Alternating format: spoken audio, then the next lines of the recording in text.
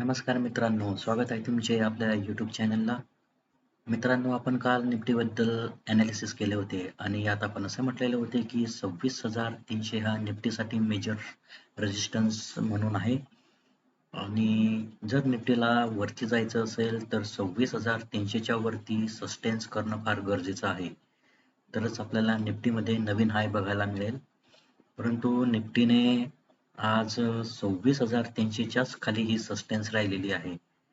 त्यामुळे निफ्टीसाठी आता पहिला सपोर्ट असणार आहे 26,000 म्हणजे येत्या आठवड्यांमध्ये आपल्याला निफ्टी ही डाऊन साईडला जाताना बघायला मिळेल. जर निफ्टीला नवीन हाय बनवायचा असेल तर 26,300 हा जो मेजर रेजिस्टन्स आहे त्याच्यावरती निफ्टीला क्लोजिंग देणे फार महत्त्वाचे आहे.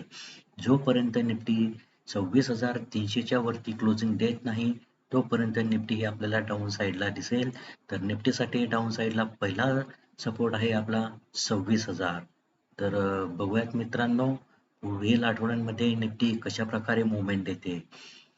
धन्यवाद मित्रांनो.